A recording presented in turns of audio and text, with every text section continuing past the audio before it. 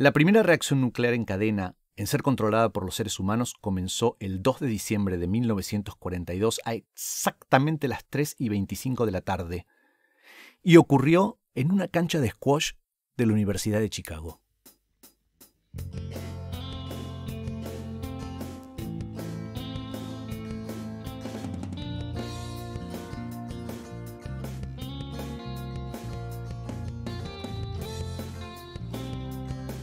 Esto es Expedición a las Historias de la Ciencia. Soy Gabriel Chelón y te invito a hacer un viaje en el tiempo al corazón de las ideas. Enrico Fermi, el físico que había sido ya galardonado con el premio Nobel, venía construyendo reactores nucleares a rolete, sobre todo en la Universidad de Columbia, en Nueva York, tratando de llegar a la masa crítica, es decir, tratar de llegar a una cantidad de uranio que le permitiera tener una reacción en cadena, o sea, una reacción nuclear que se autosustentara. Pero esto solo se logró con lo que él llamó CP1 o Chicago Pile 1.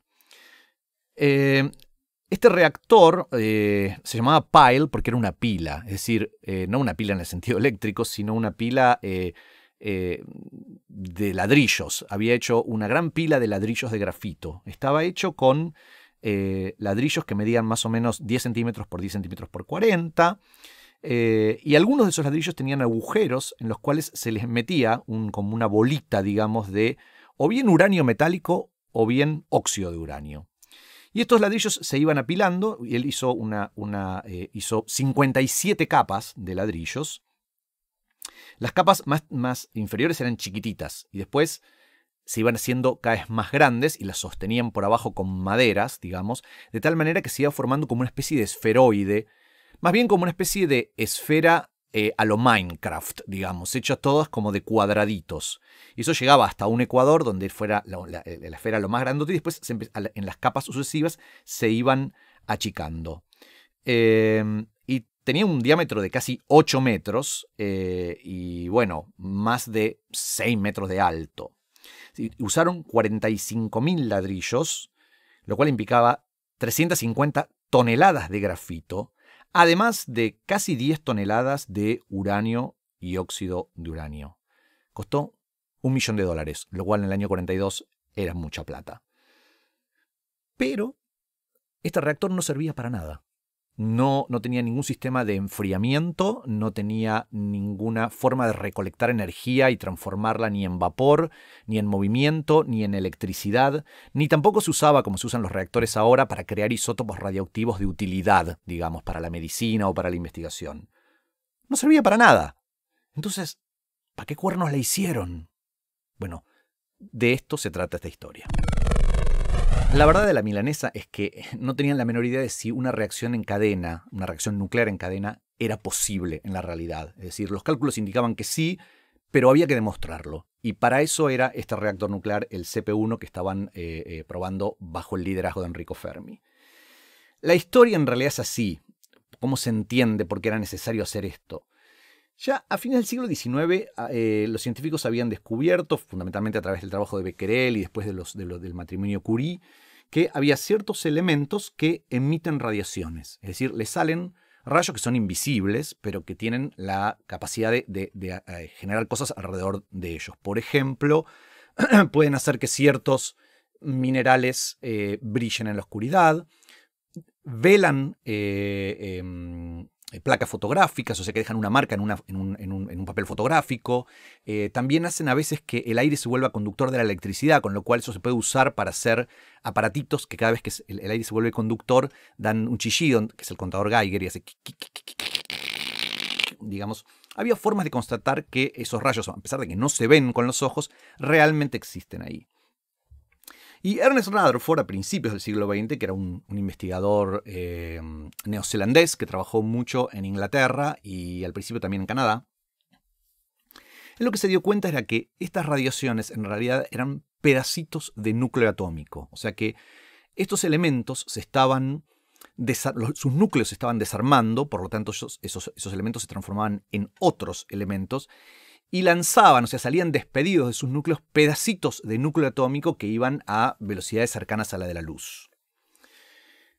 Y lo que se le ocurrió es lo siguiente, que a lo mejor si esos pedacitos chocaban con otros núcleos, podían a su vez desestabilizar esos núcleos y romper esos otros núcleos.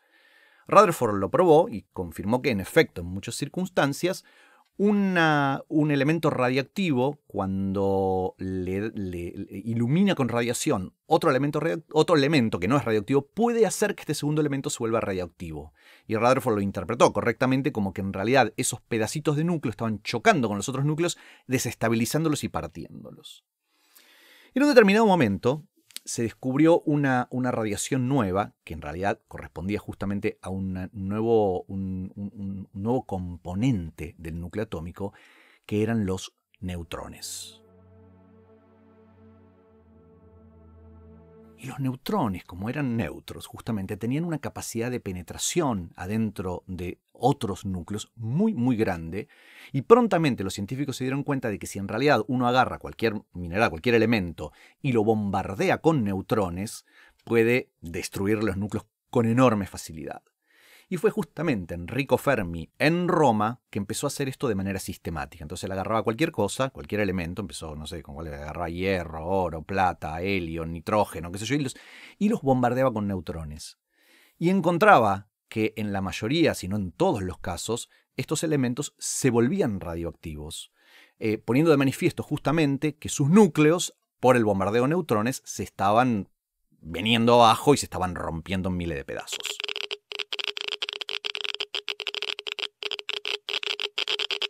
Y entonces a Fermi se le ocurrió una cosa muy interesante, que es, dijo, bueno, si en realidad cuando yo le tiro neutrones pasa que los elementos a veces se transforman y se las rompen en pedazos, pero a veces sus núcleos se vuelven un poquito más grandes. Entonces, dijo, ¿qué pasa si yo agarro el uranio, que es el elemento número 92 de la tabla, y en ese momento el último de la tabla periódica? Es decir, no había ningún núcleo que fuera más grande, conocido, que el de uranio. Es que a lo mejor lo que puedo llegar a hacer es encontrar elementos transuránidos, elementos más pesados que el uranio, lo cual estaría buenísimo porque en realidad esos elementos no existen. Es decir, cuando Dios creó el universo, hizo todos estos elementos, pero los hizo hasta el número 92 en la tabla. Y más allá de eso, si yo llego a hacer alguno, ¡bau! Me consagro haciendo un elemento que Dios no hizo. Entonces, bueno, él y muchos otros científicos empezaron a tratar de hacer justamente esto. Una de las cosas que él encontró es que si él irradiaba con neutrones muestras de uranio, efectivamente el uranio se volvía más radioactivo que de costumbre. Pero incluso descubrió lo siguiente, si él de alguna manera hacía que esos rayos de neutrones atravesasen por parafina antes de tocar el uranio, entonces el uranio emitía muchísima más radiación. Había algo raro con los neutrones y la parafina que hacían que el uranio se descajetara con la cantidad de radiación que estaba emitiendo. Bueno, para ese entonces todo el mundo sabía que si un elemento está emitiendo radiaciones, se está transformando en otro elemento. Entonces la pregunta obligada era, ¿en qué elemento se está transformando el uranio cuando yo lo bombardeo con neutrones que pasan a través de parafina? Y este trabajo en realidad cayó en manos de un gran químico berlinés, digamos un químico alemán, estaba trabajando en Berlín, que se llamaba Otto Hahn. Y entonces él era muy bueno separando distintas cosas, así que lo que hizo fue bombardear uranio con neutrones que pasaban a través de parafina, como había hecho Enrico Fermi, y empezó a tratar de ver qué cosas estaban apareciendo en esa muestra. Un trabajo muy, muy, muy delicado. Y Hahn encontró que aparecían muestras de bario. Es muy interesante el paper que él publicó, que Hahn publicó y que le permitió ganar el premio Nobel, porque él decía, encuentro una fracción que precipita con el bario y se comporta como bario y tiene color a bario y tiene... Nunca dice que es bario. Siempre dice, se parece, todo es consistente con que sea bario. Pero nunca se anima a decir que delata la gran cautela que tienen los científicos cuando expresan sus resultados.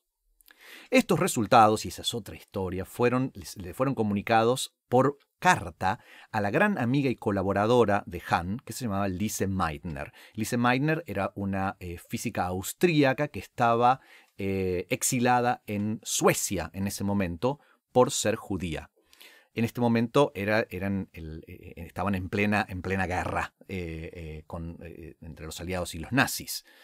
Y Lise Meitner, en una fatídica caminata por la nieve en una Navidad con su sobrino Otto Frisch, recibieron la carta de Hahn y se dieron cuenta de lo que estaba pasando. Porque resulta que el bario, si uno lo mira en la tabla periódica, así que los insto ahora, donde estén, que saquen la tabla periódica que tienen dentro del bolsillo, la miren y se van a dar cuenta de que el bario es muchísimo más liviano que el uranio.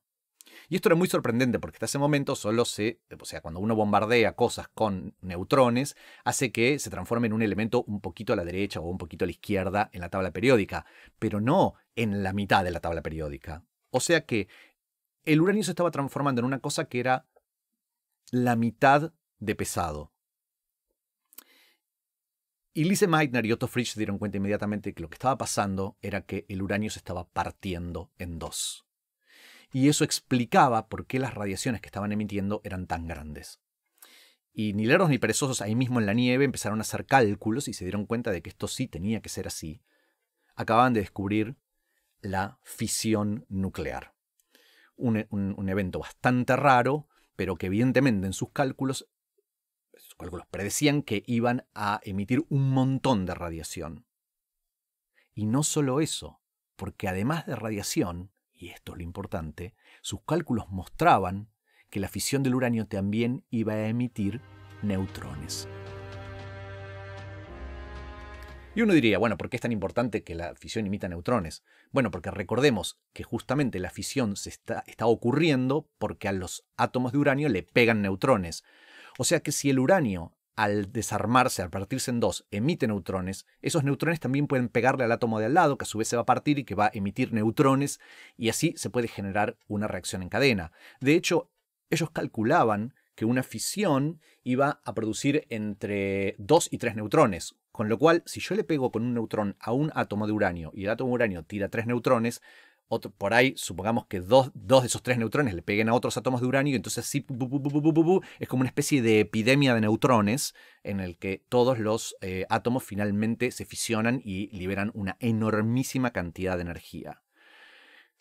Así que lo que ellos vislumbraron en ese momento era que se podía, por la cantidad de energía, por muy poquita masa de uranio, uno podía tener una cantidad muy grande de energía. Entonces lo que vislumbraron es que con este proceso, si la reacción en cadena era posible, entonces uno podía generar armar un reactor para producir, por ejemplo, energía eléctrica o para mover máquinas, o incluso para hacer una bomba de vastísimo poder destructor. Habían concebido en sus cabezas que se podía hacer una bomba atómica. El temita en realidad es que el uranio en realidad no tiene reacciones en cadena. O sea, si no nos explica por qué el uranio no explotó todo ya, digamos. O sea, evidentemente cuando uno pone un uranio y le tira un rayo de neutrones, no entra en reacción en cadena, porque si no Enrico Fermi hubiera volado por los aires en el momento en que lo hizo por primera vez. No existe la reacción en cadena en forma natural.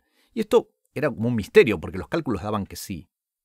Y este misterio en realidad lo resolvió Niels Bohr, quizás el físico más destacado del siglo XX junto con Albert Einstein, físico danés. Y él lo que se dio cuenta es esto, que el uranio, digamos, cuando uno lo saca de una mina de uranio, digamos, el uranio se usaba en esa época para hacer tinturas. No era por su radioactividad, después descubrieron que era radioactivo. O sea que tenía una aplicación industrial previa. O sea que había minas de uranio, entonces cuando uno lo saca de la mina, en realidad es muy levemente radioactivo.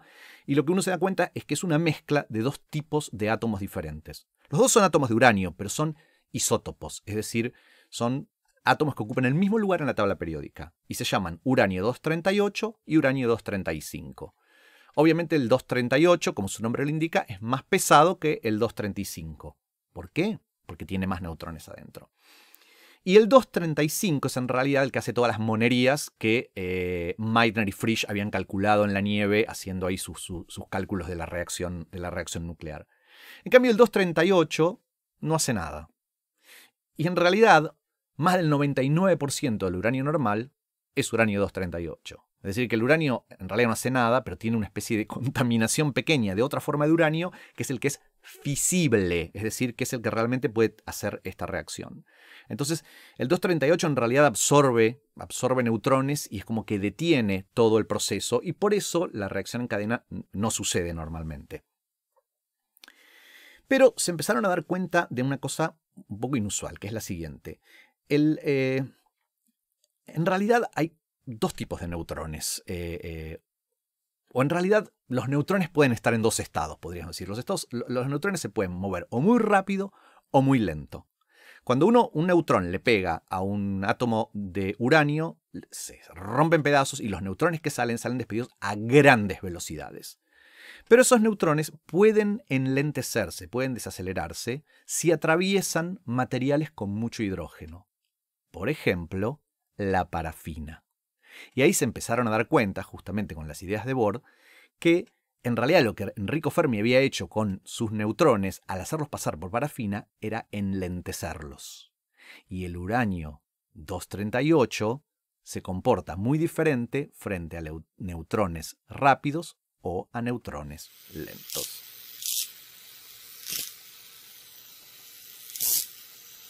Cuando uno bombardea uranio con neutrones rápidos, el uranio 238 los absorbe todos. Se los come, se los traga adentro, los secuestra y no los deja pasar. Entonces es como que es una masa totalmente refractaria a los neutrones. Pero si uno ilumina o irradia uranio con neutrones lentos, los neutrones pasan a través del uranio 238 como si el uranio 238 no estuviese ahí y logran chocar contra átomos de uranio 235. Y esos átomos de uranio 235 son los que después explotan, digamos, y se rompen y emiten neutrones rápidos, que rápidamente son absorbidos por el uranio 238. Pero si uno mantiene un haz de radiación de neutrones lentos sobre el uranio va a seguir fisionándose. Cuando uno apaga esa fuente de neutrones lentos, entonces toda la reacción se apaga. Entonces empezaron a pensar, bueno, para tener una reacción en cadena, habría dos formas de hacerlo.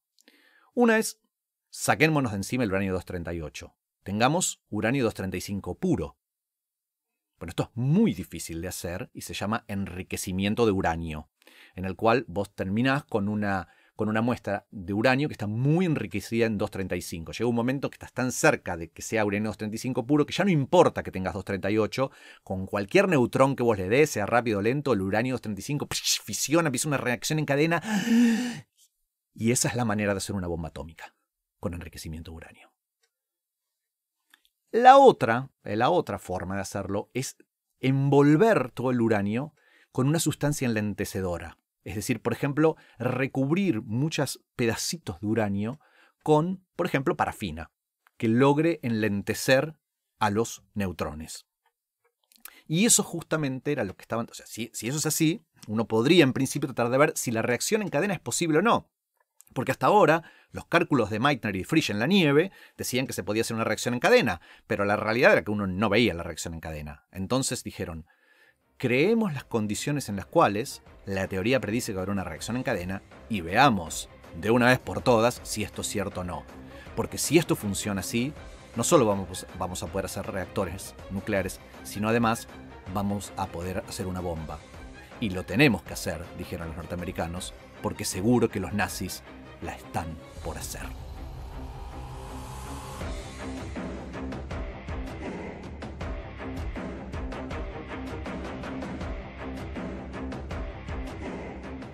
Así es como Enrico Fermi, que ya había emigrado para huir de los nazis a Estados Unidos, se alió con Leo Szilard, que era un físico húngaro, para empezar a armar los primeros reactores nucleares. Szilard fue la persona que se dio cuenta de que el grafito era un gran enlentecedor de neutrones.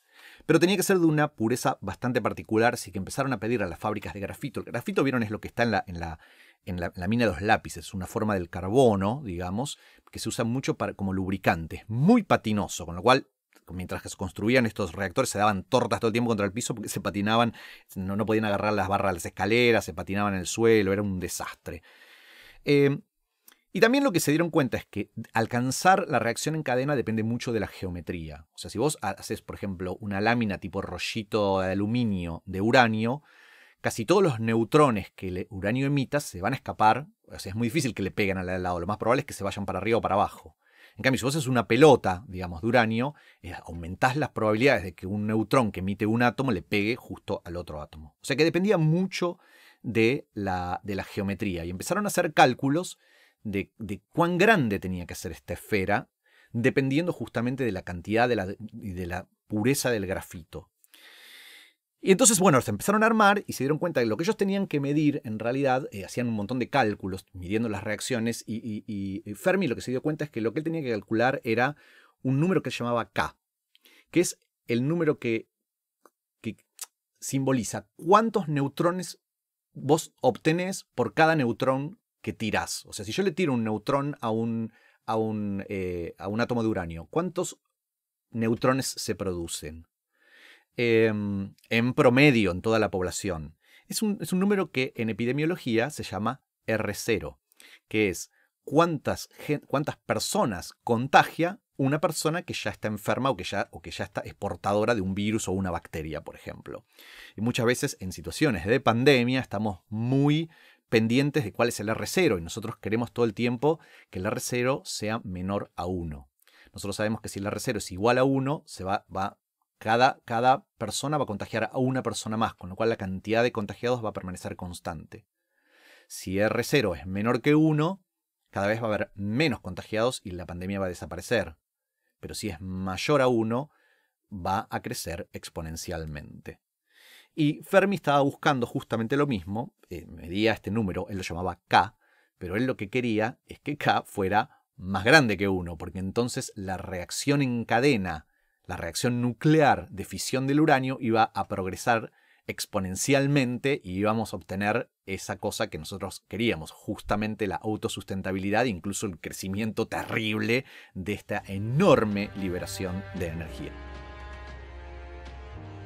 Bueno, para este entonces empezaron a armar la pila, iban trabajando y habían acordado que lo iban a hacer en un bosque muy alejado en las afueras de Chicago y que le iba a hacer una empresa privada, en realidad Stone Webster, pero hubo una huelga, entonces hubo una huelga de los trabajadores de la empresa, entonces finalmente Fermi le dijo al director del proyecto, se llamaba Arthur Compton, que también era un premio Nobel, dijo, mira, loco, Arthur, mira, lo tenemos que hacer acá cerca, por favor, conseguime un lugar para armar la pila.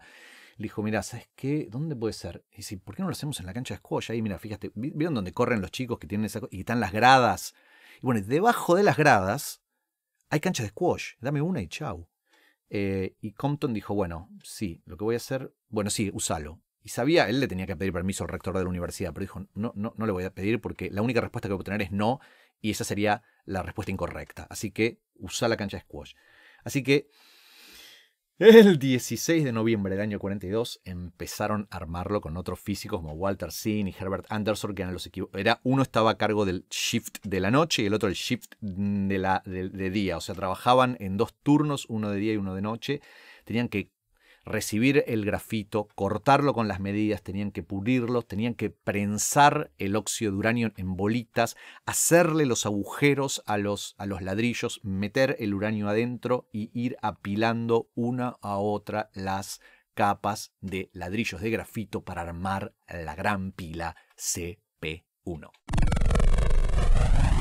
El problema con todo esto era qué iba a pasar cuando ellos pusieran la cantidad suficiente como para hacer una reacción autosustentable. Evidentemente iba a empezar a andar en forma exponencial hasta que todo el uranio empezara a fisionar y podía liberar una cantidad de calor terrible. No tenían mucha idea de qué era eso, pero sabían que se iba a desmadrar, que se iba a salir de control. Es justamente lo que pasó en Chernobyl. Así que, si bien ellos no tenían la noción de Chernobyl en ese momento, sabían que esto no era una cosa muy buena para que pasara en una cancha de squash en la universidad en el medio de Chicago. Por suerte, habían ideado una forma de controlarlo, que era la siguiente. La pila tenía o sea, toda esa pelota de toda esa construcción de ladrillo de grafito, tenía unos agujeros que la recorrían. Y en esos agujeros ellos metían como unas barras, que en realidad eran unos palos de madera forrados con unas chapitas de cadmio.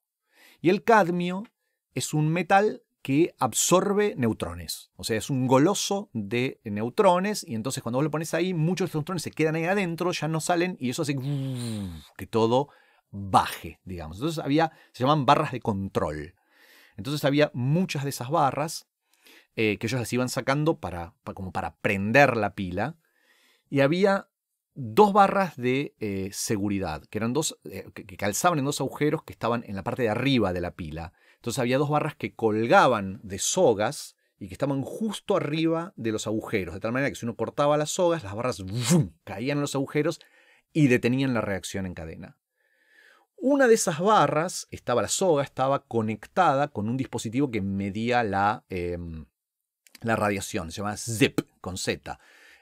Porque es la que zip, corta todo. Y entonces cuando el indicador se iba de mambo con la radiación, zip, accionaba un mecanismo que cortaba la soga, caía la barra y se terminaba todo. Y la segunda barra de seguridad estaba atada a una soga que iba hacia el balconcito donde los espectadores de los jugadores de squash podían ver el partido. Y ahí había un chabón con un hacha que estaba listo. Fermi le había pedido por favor que estuviera ahí, que si todo venía le iba a hacer una seña, el tipo tenía que echar la soga y la barra caía y detenía la reacción en cadena, así evitaban un desastre nuclear en el medio de Chicago. El 2 de noviembre del año 42 era una mañana muy muy fría y todos concurrieron a la cancha de squash a sabiendas de que ese día el experimento crítico va a tener lugar. Fermi le pidió a George Whale, que era un físico, que fuera él el encargado de ir sacando las barras y le dio órdenes precisas de que fuera sacando todas las barras de control de cadmio. Y finalmente quedó una y entonces le dijo, sacala hasta la mitad. Y él mientras medía, le llegaban los datos y miraba con su reglita de cálculo, no había calculadoras en esa época, y hacía cálculos y decía, bueno, ahora sacala 6 pulgadas más, porfa. Medían todo y él con la regla de cálculo. Sácala 6 pulgadas más, por favor, George. La sacaba un poco más. Todos estaban nerviosos. ¿Qué pasaba? Y de repente, ¡zip! Cae la barra de cadmio accionada. Lo habían seteado como demasiado sensible, entonces todo se detiene. Todos respiran y entonces dice, eran las 11:30 de la mañana del 2 de noviembre. Del 2 de diciembre, perdón. Y entonces dicen, Fermi, todos dicen, bueno, tengo que empezar de nuevo. Y Fermi dice, tengo hambre, chicos, vamos a almorzar. Así que, break y todos a almorzar. Y bueno, después del almuerzo, volvieron, obviamente cuando se van a almorzar ponen todas las barras de control de nuevo. Después de almorzar, le dije a George Whale, sacamos todas las barras de nuevo, sácala de nuevo, sácalo más, ponete de nuevo como estábamos antes. Resetearon el zip para que no pasara nada. Sácalo un poco más, y en un momento Fermi lo mira a Compton, que estaba al lado, que era el director de todo, y le dice, ahora vas a ver que va a estar crítica. Sácalo un poco más, le dice a Whale. Y hubo todo un silencio, y Fermi hacía los cálculos, y los cálculos todos le miraban, y de repente los miró todos y dijo, la pila ya es crítica.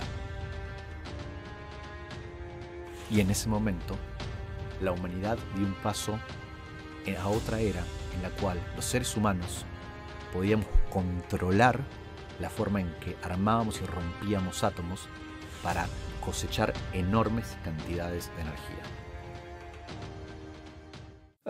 Brindaron con un Chianti que alguien había comprado, que esa botella todavía sobrevive, es una botella que todos firmaron ahí, el primero en firmar fue Enrico Fermi, obviamente.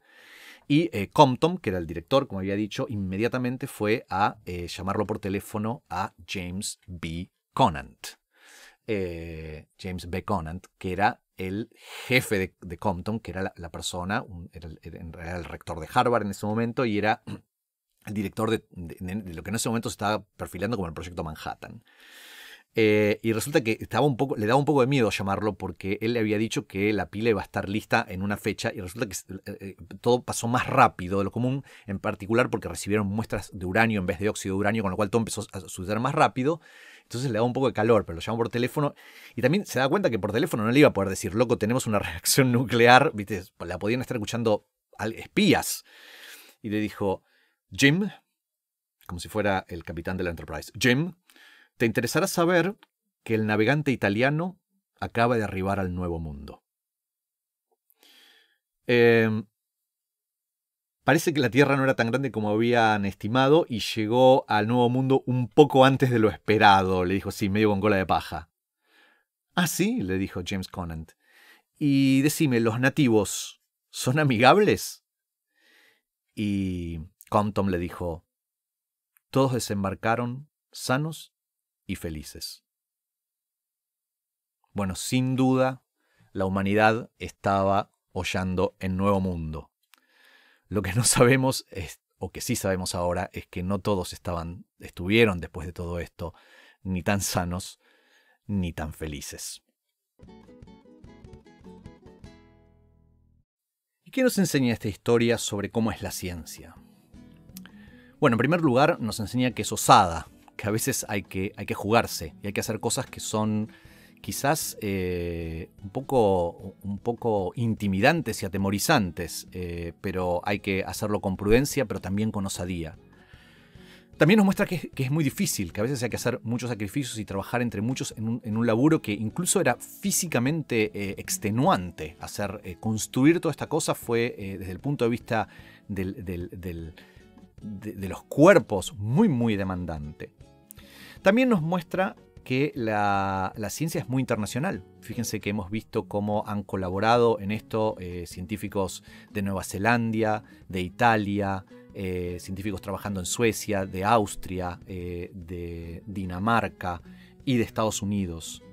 Y también cómo en gran medida es acumulativa, cómo una cosa nos ayuda a la otra y nos ayuda a la otra. Primero tenemos el descubrimiento de la radioactividad, que después deviene en que se investiga la naturaleza interna del átomo, que después deviene en el descubrimiento del neutrón, que nos permite a su vez investigar más aún, etcétera, etcétera.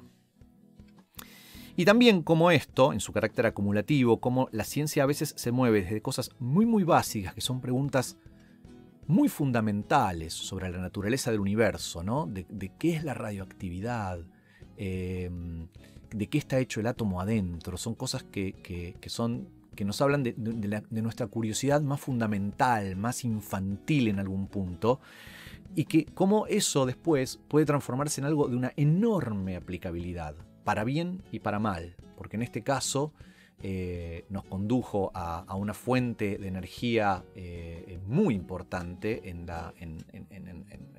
nuestra sociedad ahora, como es la energía nuclear, y cosas tan espantosas como las armas nucleares.